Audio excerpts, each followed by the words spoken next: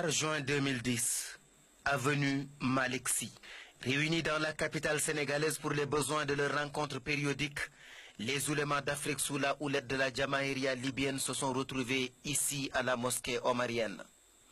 Ils viennent décorer à titre posthume El Hadj Omar Foutiyou Tall de la distinction du plus grand propagateur et défenseur de l'islam en Afrique les 100 dernières années. Voilà en termes simples, résumer les dimensions de ce géant de l'histoire africaine, mais en fait, qui était El Hadj Omar Foutiyou Tall?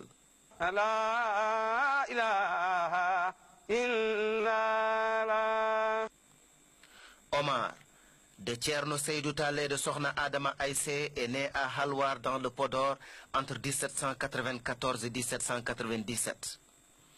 Le Mouhadjir est entré dans l'histoire dès le bas âge dans un Fouta Toro où, comme l'a souligné un historien, en chaque habitant sommeille un marabout.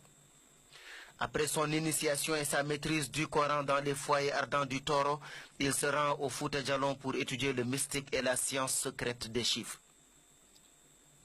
Il reviendra dans un Fouta natal pour faire ses adieux à ses proches et entame un voyage vers la Mecque.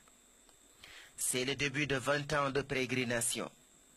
En terre d'Arabie, il rencontre Chérif Mohamedoul Ghali, un des plus grands continuateurs des enseignements de Cheikh Ahmed Tidiane Chérif. Très rapidement, ce dernier découvre en lui un élu de Dieu. Il est couronné Khalif Tidiane de l'Afrique noire.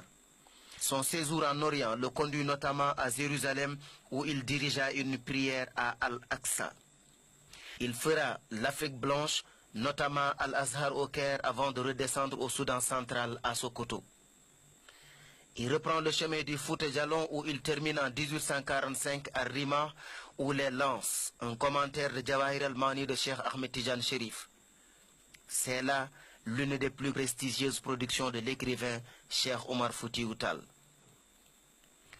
Il retourne au Fouta Toro présenter son projet d'islamisation totale de l'Afrique noire. C'est l'appel au djihad.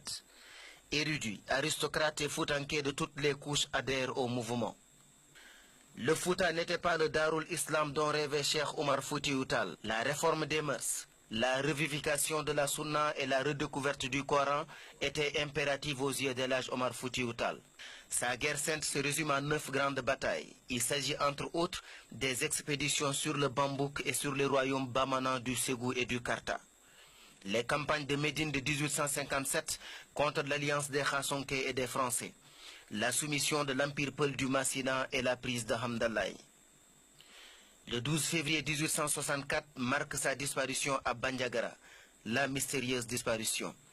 Son empire s'étendait en ce moment-là de Tombouctou au Mali à Tinguiraye en Guinée, soit plus de 300 000 km².